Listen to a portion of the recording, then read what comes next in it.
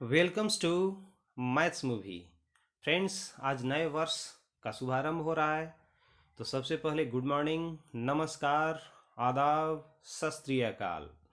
मेरे तरफ से इस नए नूतन वर्ष का ढेर सारी बधाइयाँ आप सभी को।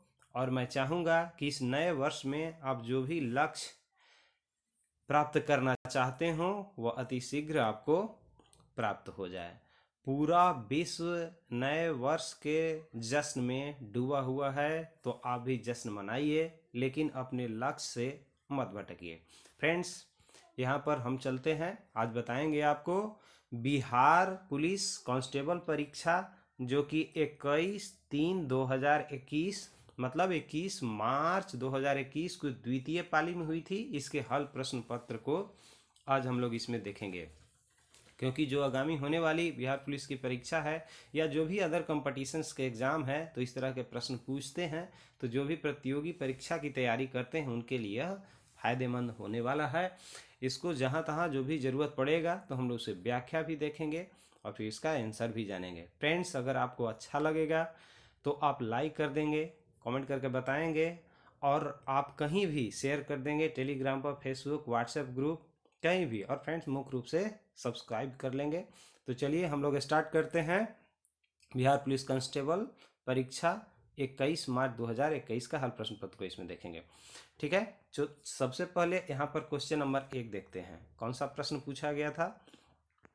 यहाँ देखिए, क्वेश्चन नंबर 1 आपको दिख रहा है स्क्रीन पर। वेगनर मानते थे कि कभी पृथ्वी के महाद्वीप एक विशाल स्थल खंड का भाग थे।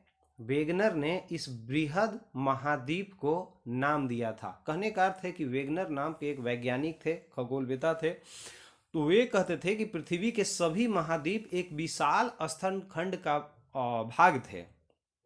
ठीक है, तो उनको बृहद जो महाद्वीप था उसको क्या नाम से संबोधित किए थे, प्रश्न यही है। आपका सही जवाब हो जाएगा पेंजिया। पेंजिया कह के संबोधित किए थे। अच्छा, इसके थोड़ा सा इससे जुड़े तथ्य को हम लोग देख लेते हैं। जर्मन के प्रसिद्ध जलवायु वेता प्रोफेसर अल्फ्रेड वेगनर को महाद्वीपीय विस्थापन सिद्धांत 1912 ईस्वी में प्रस्तुत किया था। ये कब सिद्धांत प्रस्तुत किए थे? तो 1912 में। कौन थे? जर्मन के प्रसिद्ध जलवायु वेता थे। क्या नाम था?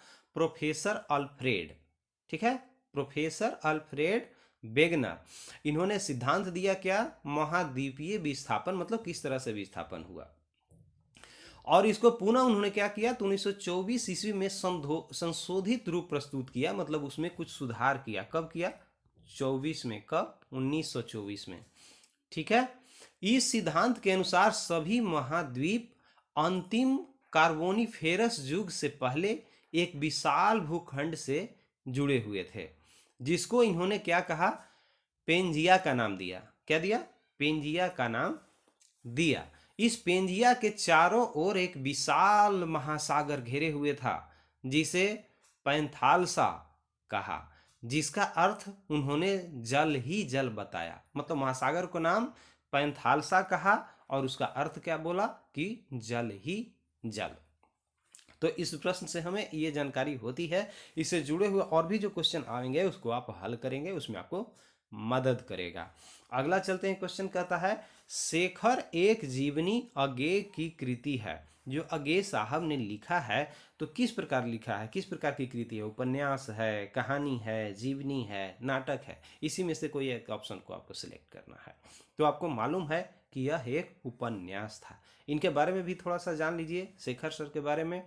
तो शेखर एक जीवनी सच्चिदानंद हीरानंद वात्स्ययन अज्ञेय का मनोविश्लेषणात्मक उपन्यास है। नाम याद रखिएगा, शेखर एक जीवनी से आप अंदाज मत लगाइएगा कि शेखर नाम के कोई कवि रहे होंगे, कोई लेखक रहे होंगे, कोई राइटर रहे होंगे। उनका नाम था सच्चिदानंद हीरानंद वात्स्ययन अज्ञेय। ठीक है, तो इसमें कवि ने बाल मन पर पड़ने वाला काम, अहम और भय के प्रभाव तथा उनकी प्रकृति पर मनोवैज्ञानिक ढंग से विचार किया है। तो स्पष्ट समझ में आ गया आपको कि यह एक उपन्यास था। अगला प्रश्न को हम लोग देखें। क्वेश्चन नंबर 3 कहता है, क्वेश्चन नंबर 3 है आपके स्क्रीन पर। Choose the correct answer from the options given below. In the sentence she wrote letter, a letter is. A letter, इसको आपको पहचान करना है क्या है, सब्जेक्ट है, एडजेनेंट है, प्रेडिकेट है या ऑब्जेक्ट है। तो ये इसका सही जवाब आपको हो जाएगा, यह एक ऑब्जेक्ट है अर्थात कर्म है। ठीक है, अगला प्रश्न देखें। उस गुण का चयन कीजिए जो नाभिकीय संलयन का अभिलक्षण नहीं है। नहीं वाला ऑप्शन बड़ा डेंजर होता है, खतरनाक होता है, उसको ध्यान पूर्वक आप अध्ययन कीजिएगा, समझिएगा। नहीं लगता है, यहाँ पर ध्यान जाता नहीं है, आप सही में टिक मार के चलाते हैं, आप समझेंगे कि नाभिकीय संलयन का लक्षण है, लेकिन वास्तव में क्वेश्चन नहीं है, ये लगा हुआ है, ये बड़ा डेंजर होता है। तो क्या नहीं है, तो यहाँ पर आप पूरे ऑप्शंस को देख लें, इसमें सही आंसर आपको होगा डी। यह कम ताप कमरे के ताप पर होती है, कभी नहीं होती है। ऑप्शन के हिसाब से सही हुआ, लेकिन यह अभिक्रिया के हिसाब से गलत हुआ, क्योंकि नाभिकीय संलयन की अभिक्रिया सूर्य, तारों तथा हाइड्रोजन बम में होती है, और सूर्य से जो हमें प्रकाश प्राप्त होता है, ऊर्जा प्राप्त होती है, ताप प्राप्त होती है, यह नाभिकीय संलयन के कारण ही होता है। इसके क्रांतिक द्रव्यमान की आवश्यकता होती है, बिल्कुल सही है, यह भी सही है। और नाभिकीय संलयन में हल्के तत्व मिलकर भारी तत्वों का निर्माण करते हैं। आप जानते हैं, दो हाइड्रोजन परमाणु मिलकर हीलियम के नाभिक का निर्माण करते हैं, तो ये हमें जानकारी इससे होती है। चलिए अगला प्रश्न को हम लोग देखते हैं, क्या कहता है कि हाइड्रोजन के एक अणु का द्रव्यमान कितना है। ठीक है, तो ये तो आपको मालूम ही होगा, ये तो आसान क्वेश्चन एक तरह से है। इसका सही जवाब फ्रेंड्स हो जाएगा ऑप्शन सी, आपको 32 ग्राम। अब क्यों होगा, चूंकि ऑक्सीजन का अणु सूत्र आप जानते हैं O2। ठीक है, इसका आणविक द्रव्यमान क्या हो जाएगा, 16 और गुना 2। ठीक है, क्योंकि परमाणु संख्या 8 हुआ ना, तो 8 दूनी 16 हो गया O2 का, और 16 में 32। ठीक है, तो इसे आप गुना जब कर देंगे तो 32 ग्राम होगा। इस प्रकार जो ऑक्सीजन के एक अणु का द्रव्यमान होगा 32। आगे चलिए, पंडित बालकृष्ण भट्ट द्वारा रचित नाटक है, कौन सा नाटक उन्होंने लिखा, ये प्रश्न यही कहता है। तो उनका लिखा हुआ नाटक था बेनु संहार। ये बालकृष्ण भट्ट के बारे में जरा जान लीजिए। तो बालकृष्ण भट्ट हिंदी के नाटककार और निबंधकार थे, मतलब वो नाटक भी लिखते थे और निबंध भी लिखते थे। उन्हें आज हिंदी गद्य साहित्य में भी उनका प्रमुख स्थान है, मतलब वो कविता भी लिखते थे। उनकी नाटक में बेनु संहार प्रमुख है, बेनु संहार है जो वह प्रमुख है, तो इस प्रकार ये सही आंसर हो जाएगा। चलिए, निम्नलिखित में से किसने सांप्रदायिक पंचाट की घोषणा की। ये तो आसान क्वेश्चन है, जो भी कंपटीशन की तैयारी करते होंगे यह जरूर जानते होंगे कि जो रेमजे मैकडोनाल्ड था, इन्होंने ही सांप्रदायिक पंचाट की घोषणा किया था। अब देख लीजिए कब, तो 16 अगस्त 1932 को, 16 अगस्त 1932 को ब्रिटिश प्रधानमंत्री रेमजे मैकडोनाल्ड ने सांप्रदायिक पंचायत का सांप्रदायिक निर्णय Commonwealth award of MacDonald award की घोषणा की। यह अंग्रेजों द्वारा भारत में अपनाई गई फूट डालो और राज करो का नीति का एक उदाहरण था। यह फूट डालो राज करो की नीति के अंतर्गत लाया गया था। अगला प्रश्न देखें, कौन सा कथन बिहार विधानसभा को लोक लेखा समिति के संबंध में सही है। तो फ्रेंड्स, इसका सही जवाब हो जाएगा ऑप्शन सी, सदस्यों का निर्वाचन प्रत्यक्ष रूप से विधानसभा के सदस्यों के द्वारा होता है। ठीक है, अब देखिए क्यों, इसके बारे में जानिए। 16वीं विधानसभा की लोक लेखा समिति का कार्यकाल अब 2 साल का होगा। ठीक है, लोक लेखा समिति 13 के बदले 17 सदस्य होंगे, और इसमें 13 सदस्य विधानसभा के और 4 सदस्य विधान परिषद के होंगे। सदस्यों का निर्वाचन प्रत्यक्ष रूप से विधानसभा के सदस्यों के द्वारा ही होगा। ठीक है, अगला प्रश्न देखिए कि किस वर्ष श्री नीतीश कुमार प्रथम बार बिहार के मुख्यमंत्री बने। वो तो अभी भी बिहार के मुख्यमंत्री हैं ना, 8 बार बिहार के मुख्यमंत्री रहे हैं, लेकिन पूछ रहा है प्रथम बार। तो प्रथम बार ये कब बने थे, ये आपको जवाब देना है, तो ऑप्शन सी हो जाएगा सन 2000 में। नीतीश कुमार प्रथम बार बिहार के मुख्यमंत्री कब बने थे, तो 2000 में बने थे, लेकिन उन्हें सिर्फ 7 दिनों पर ही त्याग पत्र दे देना पड़ा था। पहला बार जब बने तो 7 दिन पर ही त्याग पत्र इनको देना पड़ा। उसी साल वे फिर से केंद्रीय मंत्रिमंडल में कृषि मंत्री बना दिए गए थे। तो ये बात आपको जानकारी रखनी है। ठीक है, आगे प्रश्न की तरफ चले। इसको जरा ज़्यादा ध्यान रखिएगा, हो सकता है ये क्वेश्चन पूछ सकता है आने वाली जो एग्जाम है उसमें, तो इसको आप थोड़ा ध्यान रखिएगा, स्मरण रखिएगा। चलिए अगला प्रश्न कहता है कि निम्नलिखित में जापान का महत्वपूर्ण सूती वस्त्र उत्पादन का केंद्र, सूती वस्त्र उत्पादन का महत्वपूर्ण केंद्र पूछ रहा है, वो भी जापान का। इसका सही आंसर फ्रेंड्स जो होगा यह आपको हो जाएगा ए, अर्थात ओसाका। ठीक है, कौन सा होगा? ओसाका। अब देखिए ओसाका कहाँ है, तो योदो नदी है। ठीक है, योदो नदी पर बसा ओसाका सबसे बड़ा औद्योगिक केंद्र है, जहां से जापान के कुल सूती वस्त्र के उत्पादन का लगभग 37% यहीं से होता है। कहाँ से? ओसाका से। इसे जापान का मैनचेस्टर भी कहा जाता है, ओसाका को जापान का मैनचेस्टर भी कहा जाता है। तो ये बात आपको ध्यान रखना है। अगले प्रश्न की तरफ हम लोग देखें तो कहता है कि निम्नलिखित में से किसमें भिन्न आरोही क्रम में है। अब आरोही का मतलब क्या होता है? घटते क्रम में। अब आरोही का अर्थ होता है बढ़ते क्रम में, अवरोही का अर्थ होता है घटते क्रम में। आपको इसमें यह बताना है कि कौन सा बढ़ते क्रम में है। हाँ, यही बताना है आपको। चलिए, आपका सही जवाब हो जाएगा ऑप्शन सी। अच्छा, इसको समझेंगे कैसे, सो जरा ध्यान रखिएगा। यहाँ पर है 16/19 और ये 11/13 और ये है 19/21।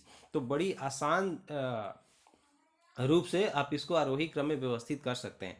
आप क्या कीजिएगा, तो ये 16 में 13 से ऐसे तिरछा तिरछी गुना कर लीजिएगा। जब 16 में 13 से आप करेंगे तो आ जाएगा आपको 208। और उसके बाद क्या करेंगे, इस तरह से 19 में 11 से कर लीजिएगा, तब आपको आ जाएगा कितना? 209। तो इससे बड़ा 209 हो गया ना। फिर आप यहाँ पर क्या करेंगे, तो आप क्या करेंगे, तो 21 में 11 से गुना कर दीजिए। इस तरह से 21 में 11 से जब आप गुना करेंगे तो आपको आएगा 231।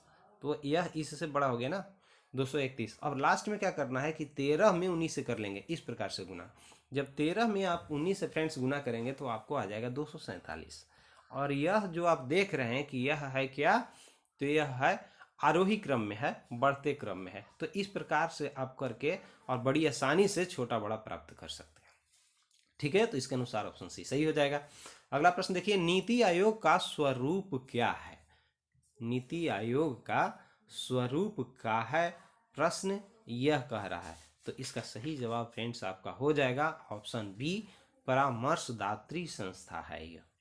ठीक है, योजना आयोग के स्थान पर ये नीति आयोग आया प्रधानमंत्री मोदी के आने के बाद, ये तो आपको पता ही होगा। आगे चलते हैं हम लोग। भारत निर्माण योजना का निम्न में से कौन सा घटक नहीं है पूछ रहा है।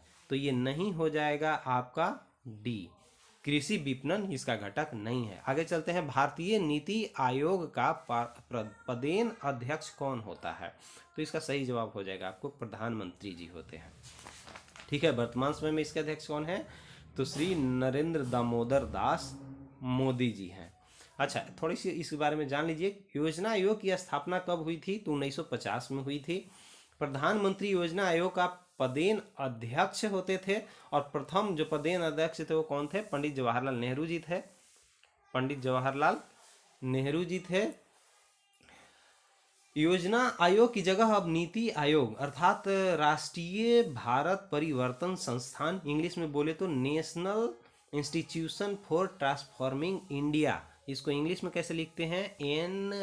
NITI। तो ये क्या हो गया? नीति का मतलब national institution for transforming India के गठन की घोषणा कब की गई? 1 जनवरी 2015 को। यह भी प्रश्न पूछता है, याद रखिएगा। नीति आयोग की घोषणा कब की गई? तो 1 जनवरी 2015 को की गई। प्रधानमंत्री की अध्यक्षता वाले इस निकाय का उपाध्यक्ष प्रधानमंत्री द्वारा नियुक्त किया जाता है। ठीक है, इसका जो उपाध्यक्ष होता है वह प्रधानमंत्री के द्वारा नियुक्त किया जाता है। ये आपको बात ध्यान में रखना है। और आगे हम लोग अब देखेंगे क्वेश्चन नंबर 15 को। कहता है कि एक कार्बनिक यौगिक में कार्बन हाइड्रोजन और ऑक्सीजन है। इसका तत्व विश्लेषण 38.71% है। कार्बन और 9.6% हाइड्रोजन। तो यौगिक का मूलानुपाती सूत्र क्या होगा, यह प्रश्न पूछ रहा है। यह केमिस्ट्री से क्वेश्चन है। इसका सही जवाब आपको हो जाएगा डी, CH4O। अगला प्रश्न देखिए, मेरी वियतनाम यात्रा रचना की साहित्यिक विधा है, कौन सी विधा है? तो ये हो जाएगा आपको यात्रा वृत्तांत। ऐसे भी पता चल रहा है यात्रा से संबंधित है तो यात्रा वृत्तांत ही होगा। ठीक, इसलिए अब आगे प्रश्न को हम लोग देखें, भारत की प्रमुख खाद्य फसल क्या है? तो ये आपको मालूम ही होगा, हम लोग ज़्यादा भारत में कौन से खाद्य पदार्थ का यूज़ करते हैं। तो इसका सही जवाब आपको हो जाएगा चावल। ठीक है ना, क्योंकि हम लोग भारतवासी जो हैं चावल को ज़्यादा पसंद करते हैं। आगे देखिए, परिवर्तनशील विनिमय दर की स्थिति में भारतीय रुपये के मूल्य में गिरावट को क्या कहा जाएगा? ऑप्शन देख लेते हैं हम लोग, क्या कहा जाएगा। तो यहाँ से ऑप्शन जब देखेंगे तो पता चलेगा, 4 ऑप्शंस दिए गए हैं। तो इसका सही जवाब फ्रेंड्स हो जाएगा ऑप्शन ए, रुपये का मूल्य ह्रास। अगला देखिए, फिनाइल कीटोनूरिया, फिनाइल कीटोनूरिया के रोगी के मूत्र में कौन से अम्ल पाए जाते हैं? इसका सही जवाब हो जाएगा फिनाइल पाइरूविक अम्ल पाए जाते हैं। अगला प्रश्न को हम लोग देखेंगे। यह प्रश्न कह रहा है कि के किस मान के लिए रेखा y बराबर 2x प्रबल y square equal to 8s को स्पर्श करेगा। मैथ से क्वेश्चन है, इसको बना करके आप देख लीजिएगा, क्योंकि वो बनाने में बहुत समय लगता है। तो अगर आप कहेंगे तो अलग से मैं मैथ को वीडियो बना दूंगा। तो ठीक है, यहाँ आंसर हो जाएगा के इक्वल टू 1। ऑक्सीजन के एक अणु का द्रव्यमान है कितना है? तो फ्रेंड्स इसका सही जवाब हो जाएगा आपको 32 ग्राम। इस टाइप का आगे भी क्वेश्चन हम लोग देखे थे ना, बताया भी था किस प्रकार। अगला प्रश्न हम लोग देखते हैं। ये कहता है कि असमान त्रिज्या की नली दो भिन्न पर अनुप्रस्थ काट का क्षेत्रफल 1:2 में असंपीड्य द्रव के लिए नली में प्रवेश कर तथा बाहर निकल रहे द्रव के वेगों का अनुपात बताइए। इसका सही जवाब हो जाएगा ऑप्शन डी, 4:1। अगला प्रश्न चले, क्वेश्चन नंबर 24 क्या कहता है। तो फ्रेंड्स यह कह रहा है कि राज्यसभा के सभापति और उपसभापति अनुपस्थिति में सदन की अध्यक्षता कौन करेगा? अर्थात राज्यसभा में जब सभापति भी अनुपस्थित हैं और उपसभापति भी अनुपस्थित हैं तो उस समय इसकी अध्यक्षता कौन करेगा? तो यह करेगा आपको ऑप्शन सी, उपसभाध्यक्षों के पैनल में से कोई एक जो होगा वही इसकी अध्यक्षता करेगा। लेकिन दरवाजा उपन्यास किसका लिखा हुआ है? तो यह लिखा हुआ है फ्रेंड्स पंकज बिष्ट का। किनका लिखा हुआ है? तो पंकज बिष्ट का लिखा हुआ है। पंकज बिष्ट द्वारा रचित जो उपन्यास लेकिन दरवाजा है वह समकालीनता की चालू भाषा शैली को चित्रित करता है। ठीक है, इसलिए ये आपको ध्यान रखना है। अगला प्रश्न देखिए, मैथ से दिया हुआ है और यह भी आपके हाइट, डिस्टेंस, ऊंचाई और दूरी से है। आप 10th क्लास में इसको पढ़े भी होंगे अच्छे तरह से। देखिए प्रश्न कहता है कि जब सूर्य का उन्नयन कोण 45 डिग्री से 30 डिग्री परिवर्तित होता है तब एक मीनार की परछाई 40 मीटर में वृद्धि होती है। तो मीनार की ऊंचाई आपको बताना है। इसको आप बना लीजिएगा। इसका सही आंसर हो जाएगा आपको सी, हम बता देते हैं। बहुत इजी है, थोड़ा सा ध्यान दीजिएगा, बन जाएगा। निम्नलिखित में से कौन स्थानांतरित चट्टान का एक उदाहरण नहीं है? फिर से नहीं वाला प्रश्न आया। मैं आपको बोला था कि नहीं वाला बड़ा डेंजर होता है, इसको ध्यान रखिएगा। तो ये सही हो जाएगा फ्रेंड्स पट्टी तासमीय, पट्टी तासमीय हो जाएगा इसका आंसर।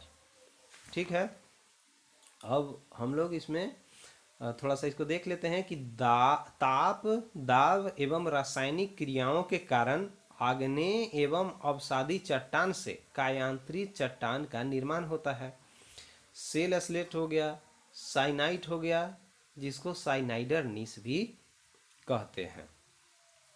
अब आगे प्रश्न पर चले हम लोग। 27 हो गया ना, 28 देखना है।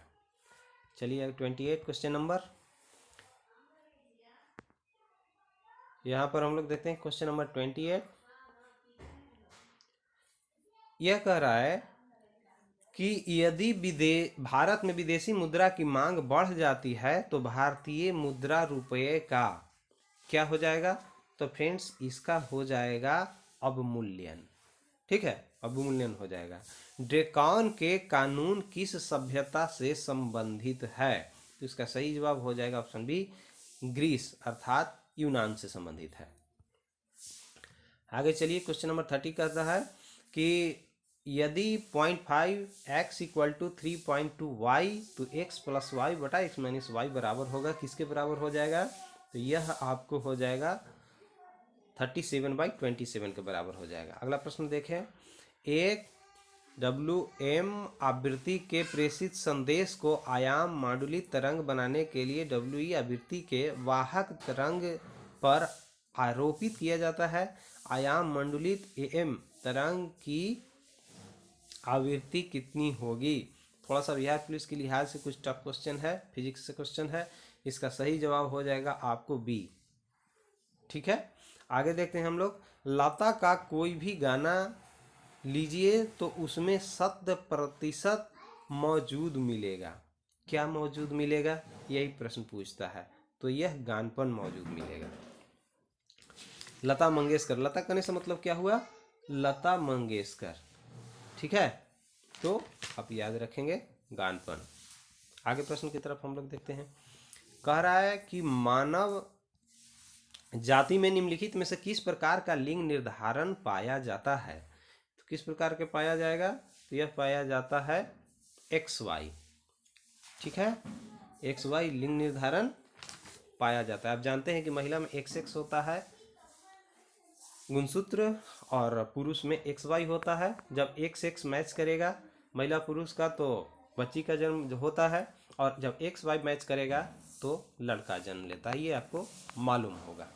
ठीक है, आगे प्रश्न चलिए। निम्नलिखित में से कौन सा पुरातात्विक स्थल सिंधु घाटी सभ्यता से संबंधित नहीं है। फिर से नहीं वाला आ गया क्वेश्चन, इसको आपको ध्यान रखना है। तो ये हो जाएगा आहड़। चूंकि हम लोग जानते हैं राखीगढ़ी है, सुरकोटदा है, कालीबंगा भी है, मोहनजोदड़ो है, तो ये सब है, लेकिन यह आहड़ नहीं है। आगे प्रश्न की तरफ हम लोग चले। ये क्वेश्चन नंबर 35। अनुच्छेद 249 के अंतर्गत संकल्प पारित करने के लिए राज्यसभा के कितने सदस्यों का समर्थन आवश्यक है। कितने सदस्यों का समर्थन चाहिए, तो यह चाहिए आपका सी ऑप्शन हो जाएगा। उपस्थित एवं मतदान करने वाले सदस्यों का 2/3 बहुमत और सदन की कुल सदस्य संख्या का 2/3 बहुमत चाहिए। कहने का मतलब कुल बहुमत का भी 2/3 और उपस्थित सदस्यों का भी 2/3 यह चाहिए 249 के अंतर्गत। आगे चलते हैं क्वेश्चन नंबर 36। चलिए कर, निम्नलिखित में से कौन सा उष्ण एवं शुष्क पवने नहीं है। निम्नलिखित में से कौन सी उष्ण एवं शुष्क पवने नहीं है, तो ये हो जाएगा ऑप्शन सी, बोरा। आगे देखते हैं। मेंडल के प्रयोग में F1 पौधे पर स्वपरागित करने पर F2 पीढ़ी में लंबे एवं बौने पौधे किस अनुपात में प्राप्त हुए हैं। तो यह हुए हैं फ्रेंड्स आपको बी 3:1 में। कितने में हुए हैं, तो 3:1 में प्राप्त होते हैं। आगे चलिए। यदि कथन P सत्य है तथा कथन Q असत्य है तो निम्नलिखित में से कौन सा कथन सत्य होगा। Question number 38। इसका सत्य कथन हो जाएगा आपको A। ठीक है, अगला देखते हैं हम लोग। वह अनुपात जिसमें बिंदु A -247 तथा B 3-58 को मिलाने पर रेखाखंड YZ को समतल द्वारा काटा जाता है, यह कौन सा होगा। ये नियामक ज्यामिति से प्रश्न है, इसको बना के देख लेंगे आप। इसका सही जवाब हो जाएगा 2:3। आगे प्रश्न पर हम लोग चलते हैं। कहता है कि theta equal to L power 3/4 into K power 1/2 उत्पादन फलन है तो पैमाने प्रतिफल होंगे। किसके प्रतिफल होंगे, तो यह वर्धमान के प्रतिफल होंगे। 41 कहता है 3 अंकों की सबसे बड़ी अभाज्य संख्या क्या होगा? तो इसका सही जवाब हो जाएगा आपको बी, 997। अंत्योदय कार्यक्रम का उद्देश्य क्या था? तो इसका उद्देश्य क्या हो जाएगा? यह हो जाएगा ऑप्शन सी, गरीबों में सबसे गरीब की सहायता करना। गरीब में भी जो सबसे गरीब है उसको सहायता करने का उद्देश्य अंत्योदय में था। कहता है कि पानी की एक बूंद जिसका आयतन 0.0009 मिलीलीटर है, तो कमरे के ताप पर जल के अणुओं की संख्या बताइए। तो इसका सही जवाब हो जाएगा ऑप्शन सी, 3.01 इंटू 10⁻20। आगे देखिए, केप ऑफ गुड होप अर्थात उत्माशा अंतरीप को किसने खोजा था? यह बड़ा अच्छा प्रश्न है।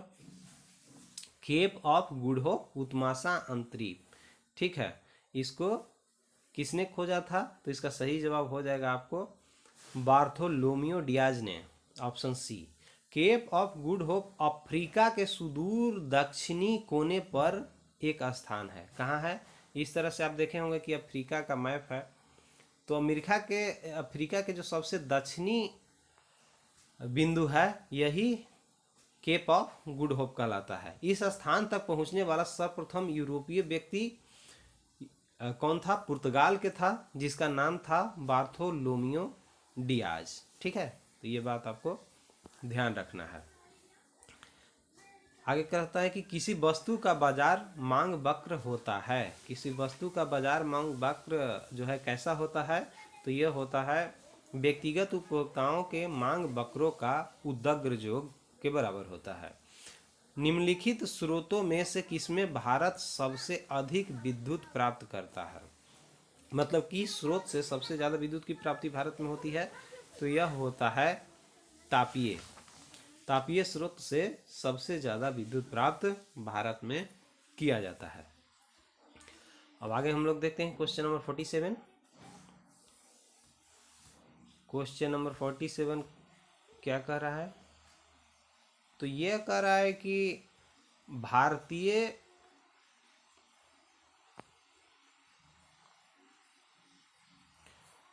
भारतीय रुपये की विनिमय दर निर्धारित होती है। किस चीज से निर्धारित होती है? तो इसका आपको सही जवाब हो जाएगा सी, कुछ चयनित वस्तुओं के संबंध में होती है। आगे चलते हैं हम लोग। जीवन बीमा निगम एक उदाहरण है। किस चीज का उदाहरण है? तो यह है निवेश बैंक का, क्योंकि उसमें हम लोग निवेश ही करते हैं लंबे समय के लिए। आगे यहाँ पर देख लेते हैं, भारत में सबसे प्राचीन बृहत स्तरीय उद्योग है। बृहत स्तरीय उद्योग कौन हो जाएगा? तो यह हो जाएगा ऑप्शन सी, आपका कपास हो जाएगा। ठीक है, आगे भारत सरकार की आय का सबसे बड़ा स्रोत क्या है? मतलब भारत सरकार को सबसे ज़्यादा आय कहाँ से प्राप्त होती है, किस स्रोत से प्राप्त होती है? तो यह उत्पादन कर से प्राप्त होती है। ठीक है, इस चीज़ को थोड़ा सा देख लें कि भारत सरकार का आय का सबसे बड़ा स्रोत कौन है? तो उत्पादन कर है। यह कर अप्रत्यक्ष कर की श्रेणी में आता है। ठीक है, अप्रत्यक्ष कर में कर का भार का विवर्तन किया जा सकता है, अतः अप्रत्यक्ष कर में करापात एक व्यक्ति पर होता है, जो कराघात दूसरे व्यक्ति पर पड़ता है। इस प्रकार अप्रत्यक्ष कर का भुगतान एक व्यक्ति द्वारा किया जाता है और उसका भार किसी दूसरे व्यक्ति को वहन करना पड़ता है। निम्न करों को जो देखिए, कुछ अप्रत्यक्ष कर है उसके अंतर्गत कौन कौन से आते हैं?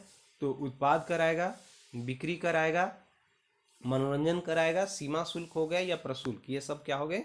तो अप्रत्यक्ष कर के अंतर्गत आते हैं। अब आगे देखते हैं क्वेश्चन नंबर 51। कहता है कि निम्नलिखित में से कौन आर्थिक विकास के लिए प्रत्यक्ष रूप से महत्वपूर्ण नहीं है? तो यह हो जाएगा आपको मुद्रा की मात्रा, यह नहीं है। अगला प्रश्न देखिए, यह अच्छा प्रश्न है। भारतीय संविधान सभा में स्वीकृत किया गया है। मतलब भारतीय संविधान सभा को कब स्वीकृत किया गया? तो ये किया गया 26 नवंबर 1949 को। ठीक है, भारतीय संविधान सभा को स्वीकृत कब किया गया? तो 26 नवंबर 1949 को। ठीक, अब आगे हम लोग चलें। तो अगला प्रश्न कह रहा है कि भारत की कौन सी नदी हीराकुंड बांध से संबंधित है। आप जानते हैं महानदी पर यह बांध है, हीराकुंड बांध। अगला प्रश्न है इंसुलिन हार्मोन पेलिपेटाइड श्रृंखलाएं किन बंध से जुड़ी होती है। तो यह जुड़ी होती है फ्रेंड्स आपको डाइसल्फाइड बंध से जुड़ा होता है। डीएनए के एकल क्षारक युग्म में परिवर्तन को क्या कहते हैं। तो यह कहेंगे आप बिंदु उत्परिवर्तन। अगला प्रश्न हम लोग देखते हैं, यह कह रहा है कि neither a borrower nor a lender be the father to son. इसका सही जवाब हो जाएगा आपको option A, the father advise his son to be neither a borrower nor a lender. चलिए आगे प्रश्न को हम लोग देख रहे हैं 57 देखते हैं। यहाँ पर ये देखिए क्वेश्चन नंबर 57 क्या कह रहा है, ये केमिस्ट्री से प्रश्न है। कह रहा है निम्नलिखित में से कौन सी अभिक्रिया दबाव से प्रभावित नहीं होती है। फिर से नहीं वाला क्वेश्चन है, तो इसका सही जवाब हो जाएगा ऑप्शन सी। ठीक है, आगे प्रश्न की तरफ चले हम लोग। क्वेश्चन नंबर 58 क्या कह रहा है, तो ये कह रहा है कि root under x/3 plus 2/x² whole के पावर 5 है, प्रसार में x से स्वतंत्र है। ठीक है, एक से स्वतंत्र है, कौन सा है। तो इसका सही जवाब आपको हो जाएगा 10/9। अगला देखते हैं, मौलिक कर्तव्य को निर्धारित किया गया है। मतलब कितने नंबर के संविधान संशोधन के द्वारा मौलिक कर्तव्य को निर्धारित किया गया है। तो ये आपको ध्यान रखना होगा 42वें संविधान संशोधन, ऑप्शन सी। अच्छा, इसके बारे में थोड़ा जानिए। मूल भारतीय संविधान में नागरिकों के मूल कर्तव्य का कोई उल्लेख नहीं था। जब संविधान बना तो उसमें कर्तव्य का कोई उल्लेख नहीं था। संविधान पुनरीक्षण हेतु गठित स्वर्ण सिंह समिति की रिपोर्ट के आधार पर ही संविधान के 42वें संशोधन 1976 में कब हुआ, 1976 द्वारा संविधान में संशोधन करके भाग 4 क तथा अनुच्छेद 51 क को जोड़कर 10 मूल कर्तव्य को समावेश किया गया। अच्छा, सरदार स्वर्ण सिंह जो थे, इन्हीं समिति के आधार पर ये मौलिक कर्तव्य शामिल किया गया। यह पंजाब के मुख्यमंत्री भी रह चुके थे। ठीक है, तो आपको ये बात ध्यान रखना है। कहाँ से लिया गया था, तो यह रूस के संविधान से लिया गया है, यह भी आप ध्यान रखिएगा। बामर श्रेणी व लाइमन श्रेणी की प्रथम रेखा की तरंगदैर्घ्य का अनुपात कितना होगा। तो ये हो जाएगा फ्रेंड्स आपको क्वेश्चन नंबर 60, इसका सही जवाब हो जाएगा ऑप्शन सी 27/5 होगा। आगे चलिए, जब डीएनए निर्भर आरएनए पॉलीमरेज बहुलकन होता है तो उसकी दिशा कैसी होती है। ठीक है, इसकी दिशा कैसी हो जाएगी, तो एक दिशीय 5 से 3 तक, ये हो जाएगा आपको सही आंसर। आगे देख लीजिए, क्वेश्चन नंबर 62 है, कुतुबुद्दीन ऐबक ने किसे बंगाल का गवर्नर अर्थात प्रशासक नियुक्त किया था। तो ये अली मर्दान को किया था। ठीक है, इसका सही जवाब हो जाएगा आपको अली मर्दान। कुतुबुद्दीन ऐबक ने अली मर्दान को ही बंगाल का गवर्नर या प्रशासक नियुक्त किया था। अब देखिए, इसमें दिया है कि मुंतखब उल लुबाब के लेखक कौन थे। तो इसके लेखक कौन थे, इसके लेखक हो जाएंगे ऑप्शन सी खाफी खा थे। ठीक है, खाफी खा। मटर के पौधे पर अध्ययन के दौरान मेंडल ने कितने विपर्यास विशेषक चयनित किए थे। देखिए, ये जो मेंडल से संबंधित क्वेश्चन है बार बार पूछता है, इसलिए किसी भी रूप में इसको आपको भ्रमित करके पूछेगा, तो इस पर आपको ज़्यादा ध्यान रखना है। देखिए, फिर इस टाइप का क्वेश्चन पूछ दिया तो इसका सही जवाब हो जाएगा 7। अगला प्रश्न हम लोग देखते हैं 65 क्या कहता है। यह कह रहा है कि किसी वस्तु का ताप 10 मिनट में 80 डिग्री सेंटीग्रेड से 40 डिग्री सेंटीग्रेड हो जाता है। यदि परिवेश का तापमान 25 डिग्री सेंटीग्रेड है तो उस समय का परिकलन कीजिए जिसमें उसका ताप 95 डिग्री सेंटीग्रेड से 55 डिग्री सेंटीग्रेड हो जाएगा। तो इसका सही जवाब हो जाएगा बी 7 मिनट। अगला चलिए, भूपृष्ठीय तापमान व्युत्क्रमण वायुमंडल की निचली परतों में को बढ़ावा देता है। किस चीज़ का बढ़ावा देगा, तो यह देगा आपको बी अस्थिरता को बढ़ावा देगा। ठीक है, आगे प्रश्न की ओर हम लोग देखें तो अगला प्रश्न कह रहा है संघीय मंत्री परिषद। ठीक है, संघीय मंत्री परिषद के मंत्री उत्तरदायी होते हैं।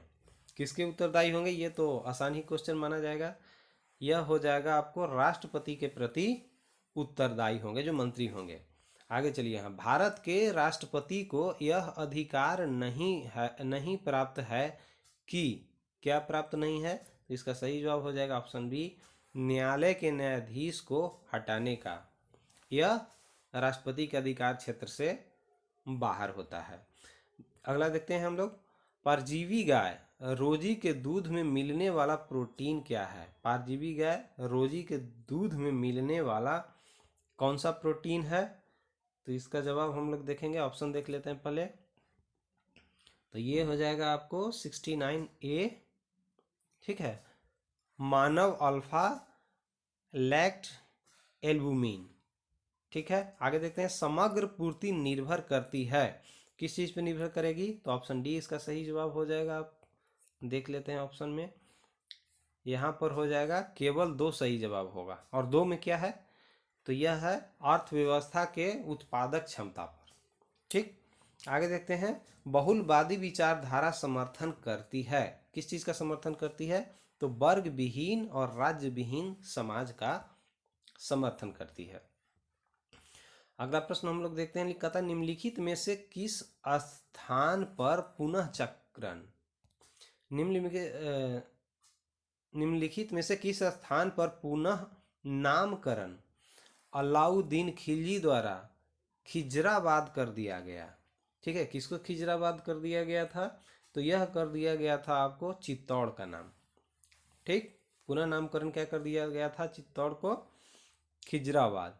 ठीक है ना, देख लेते हैं क्या कहता है, निम्नलिखित में से किस स्थान का पुनः नामकरण अलाउद्दीन खिलजी द्वारा खिजराबाद कर दिया गया, तो चित्तौड़ को। ठीक, निम्न में से किसे आप खंडित चर मानेंगे, किसको मानिएगा, तो ये हो जाएगा आपको डी, सभी को, ऊंचाई को, वजन को, मजदूरी को दी गई मजदूरी, सभी खंडित चर मानेंगे। जीव जो तापमान के व्यापक परास को सहन कर सकते हैं, यह क्या कहलाते हैं, तो यह कहलाएंगे पृथ्वोतापी, पृथ्वोतापी। ठीक, ये कुछ नया क्वेश्चन जैसा आपको लगा होगा। Select the most appropriate word to fill in the blank. The telephone was, खाली स्थान है, बाय अलेक्जेंडर ग्राहम बेल। ठीक है, मतलब अलेक्जेंडर ग्राहम बेल ने किस चीज़ की खोज की, तो यहाँ पर आपको ध्यान रखना होगा, यह ऑप्शन सी हो जाएगा, इन्वेंटेड। इन्वेंटेड मतलब इन्वेंशन, खोज से संबंधित है यह। Select the word which means the same as the group of word given, one who treats skin disease. ठीक है, इसका सही जवाब क्या हो जाएगा, तो यह हो जाएगा ए, डर्मेथोलॉजिस्ट। जो स्किन के डिजीज होते हैं, रोग होते हैं, उनको देखने के लिए डर्मेथोलॉजिस्ट होते हैं। ठीक है, डॉक्टर डर्मेटोलॉजिस्ट होते हैं। आगे देखते हैं, select the synonym of the given word. फाइनेटिक का साइनोनिम क्या होगा, मतलब समानार्थक शब्द क्या होगा, तो इसका सही जवाब हो जाएगा एंथुइस्ट। अगला प्रश्न पर हम लोग चले, 78 होगा अगला प्रश्न। करा select the correct spelled word, correctly spelled word. ठीक है, यहाँ पर आपको चुनना है, तो इसका सही जवाब क्या हो जाएगा, तो हो जाएगा ए, हैंडकर चिप। आगे देखते हैं हम लोग, ओम के नियम का पालन करने वाले चार सिरों का विभवांतर कितना है, 50 प्लस माइनस 2.5 वोल्ट है, तो उसमें प्रवाहित धारा I बराबर 10 एम्पियर है, तो चालक के प्रतिरोध R में त्रुटि आपको देखना है कि कितना होगा, तो इसका सही जवाब हो जाएगा ऑप्शन बी, 6%। क्या आप पुनर्जन्म में विश्वास करते हैं, ये देखिए प्रश्न है आपका, क्या आप पुनर्जन्म में विश्वास करते हैं, which of the following action which of the following option will you choose as right answer the translating the above sentence into English. अर्थात क्या आप पुनर्जन्म में विश्वास करते हैं, इसका ट्रांसलेट करना है इंग्लिश में। तो इसका सही जवाब क्या हो जाएगा? तो ये हो जाएगा option C, do you believe in rebirth. आगे प्रश्न क्यों हम लोग देखें, निम्नलिखित में से किस पर भारत का सर्वोच्च न्यायालय अपीलीय क्षेत्राधिकार का उपयोग नहीं करता है? फिर से नई वाली बात आ गई। तो इसका सही जवाब हो जाएगा ऑप्शन डी, सैन्य मामलों में अपील पर। अगला प्रश्न कहता है कि निम्नलिखित में से कौन सा सामंतवाद का रचनात्मक पक्ष नहीं है? रचनात्मक पक्ष कौन नहीं होगा? तो ये हो जाएगा आपको कृषि का विस्तार। अगला प्रश्न देखते हैं, सीली भवन प्रक्रिया संबंधित है, किस चीज से संबंधित है? तो चट्टानों के निर्माण से संबंधित है। अगला प्रश्न हम लोग देखते हैं, शमशेर बहादुर सिंह, ठीक है, शमशेर बहादुर सिंह आगे के कौन से लिखे हुए हैं सप्तक? कौन से सप्तक इन्होंने लिखा है? तो ये लिखा है दूसरा सप्तक। आगे देखते हैं, रिक्त स्थान को भरने के लिए सबसे उपयुक्त शब्द को आपको चुनना है। लड़का बहुत चालाक है, इसमें आप सही जवाब इसका क्या देंगे? तो ये हो जाएगा वह लड़का बहुत चालाक है, यही आपको देना है जवाब। ये देख लीजिए, read the passage carefully and answer the question that follow. ये पैराग्राफ वाला है फ्रेंड्स, तो ये आप अपने स्तर से इसको आप देख के समझ लीजिएगा, फिर इसका आप आंसर दीजिएगा, ठीक है। आगे हम लोग चलते हैं, यहाँ पर हम लोग देखते हैं क्वेश्चन दिया हुआ है कि निम्न में से सर्वप्रथम किस बाद में उच्चतम न्यायालय ने कहा कि प्रस्तावना संविधान का हिस्सा नहीं है? संविधान का हिस्सा नहीं है, यह कब कहा गया, किसने कहा? तो यह कहा गया बेरूबरी यूनियनवाद पर। जो बेरूबरी यूनियनवाद था, इस पर कहा गया कि जो प्रस्तावना है वह संविधान का मूल हिस्सा नहीं है, ठीक है। आगे हम लोग देखेंगे, ये प्रश्न कहता है कि यदि विलयन तापमान T1 और विलायक तापमान T2 पर उबलता है तब क्वथनांक में उन्नयन दिया जाता है। कितना दिया जाता है? तो इसका सही जवाब हो जाएगा आपको option B, T1 minus T2 से। कौन सी मशीन वाटर फ्रेम और स्पिनिंग जेनी का मिश्रण थी? देखिए यह भी आपको मिल जाएगा, 10th क्लास में था ना हिस्ट्री में, तो यहाँ से आपको प्रश्न दिया गया था। अर्थात आपको अगर बेस सही है तो आप अच्छा स्कोर कर सकते हैं। इसका सही जवाब हो जाएगा आपको स्पिनिंग म्यूल में, ठीक है, स्पिनिंग म्यूल में। आगे प्रश्न यहाँ पर देखिए, कहता है कि दिल्ली में 1857 के विद्रोह की असफलता के बाद बहादुर शाह जफर को कहाँ निर्वासित कर दिया गया था? तो उनको निर्वासित करके भेज दिया गया था रंगून में, ठीक है, रंगून में इनको भेज दिया गया था। मजदूर वर्ग की दयनीय दशा का चित्रण सूर्यकांत त्रिपाठी निराला की कौन सी कविता में हुआ है? मजदूर वर्ग के दयनीय दशा का चित्रण इन्होंने किया है, और ये किए थे किसमें? तोड़ती पत्थर। तोड़ती पत्थर जो एक कविता थी, हम लोग 10th क्लास में पढ़ते थे, उसमें था। बड़ा ही भावुक चित्रण इन्होंने इसमें किया था। आगे प्रश्न के देखते हैं, समीकरण q minus r into x square plus r minus p into x plus p minus q equal to 0 का मूल निकालना है। जानते हैं दो मूल होगा, तो कौन सा होगा? आप इसको बना करके देखिए। इसका सही जवाब हो जाएगा आपको ऑप्शन डी 1 और p minus Q by Q minus R. फिर से ये इंग्लिश का क्वेश्चन है, choose the correct option to the following questions from the options given below. Yours lovingly is written in, क्या लिखेंगे उसके लिए? तो आप लिखेंगे D, only in formal and friendly letters, इसका यूज होता है। निम्नलिखित में से कौन सा देश का राष्ट्रसंघ का सदस्य नहीं है?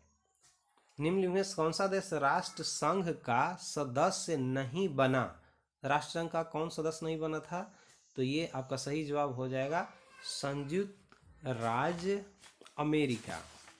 यह जो था यह राष्ट्रसंघ का सदस्य नहीं बना था। अच्छा समझ लीजिए, संयुक्त राष्ट्र संघ और राष्ट्र संघ वाली बात। संयुक्त राष्ट्र की अवधारणा पर हस्ताक्षर करने वाले देश में संयुक्त राष्ट्र अमेरिका शामिल था, लेकिन वह कभी इसके सदस्य नहीं बना। अमेरिका के साथ एशिया का भी कुछ देश इसका सदस्यता ग्रहण नहीं की, जिसमें कौन कौन थे? सऊदी अरब था, यमन था, मंगोलिया था, नेपाल था और भूटान इन सब में शामिल था। ठीक है, चलिए आगे हम लोग देख लेते हैं। फिर आगे से प्रश्न इंग्लिश का है। Choose the correct answer from the given options the question that follow. The beloved charioteer in Shashi देशपांडे's story my beloved charioteer refers to, किस बारे में लिखा गया है? तो ये जो शब्दांश लिए गए हैं ये किस चीज़ से संबंधित हैं, कौन कवि से संबंधित है? तो इसका सही जवाब आपको हो जाएगा ए माधव। ठीक है, माधव से संबंधित है। अगला प्रश्न की तरफ चले हम लोग। तो ये प्रश्न है 96, कहता है उस कथन का चयन कीजिए जो बोर मॉडल की सीमा में नहीं है। देखिए मैं बार बार बोल रहा हूँ ना कि फिजिक्स का भी क्वेश्चन कुछ क्लिष्ट पूछा गया है। तो यहाँ पर सही जवाब इसका हो जाएगा 96 का ए। यह हाइड्रोजन के अलावा अन्य परमाणुओं के स्पेक्ट्रम को समझाने में असफल रहा था। आगे प्रश्न को हम लोग देखते हैं। कहता है कि जब किसी स्प्रिंग को 2 सेंटीमीटर से विस्तारित किया जाता है तो उसकी स्थितिज ऊर्जा का मान U है। यदि उसमें 10 सेंटीमीटर से विस्तारित किया जाए तो उसकी स्थितिज ऊर्जा का मान कितना हो जाएगा? तो ये हो जाएगा 25U। ठीक, आगे देख लेते हैं। 98 प्रश्न क्या कहता है? यदि फोटॉन की तरंगदैर्घ्य का मान 2.2 × 10⁻11 मीटर हो तो फोटॉन के संवेग का मान कितना होगा? मोमेंट का मान कितना होगा? मोमेंट का मान कितना हो जाएगा? तो इसका हो जाएगा सही जवाब आपको 3 × 10⁻23 किलोग्राम प्रति मीटर सेकेंड स्क्वायर। आगे चलिए, लैक प्रचालेक ओपेरॉन बना है, कैसे बना है? तो इसका सही जवाब हो जाएगा ऑप्शन ए 1 प्रेरक एवं 3 संरचनात्मक जीन से। आगे प्रश्न देखते हैं हम लोग। ये कहता है बिहार से संबंधित, बिहार स्पेशल से है और किसी से है। बिहार राज्य में वर्ष 2016-17 में नकदी फसलों की श्रेणी के अंतर्गत निम्नलिखित में से कौन सी फसल सबसे अधिक उपजाई गई? इसका सही जवाब हो जाएगा फ्रेंड्स ए, ईख सबसे ज़्यादा उपजाया गया था। तो फ्रेंड्स कैसा लगेगा वीडियो ये आप कमेंट करके बताइएगा, लाइक कमेंट शेयर कर दीजिएगा, सब्सक्राइब कर लीजिएगा। आज की वीडियो में इतना ही, बहुत बहुत धन्यवाद, थैंक यू वेरी मच।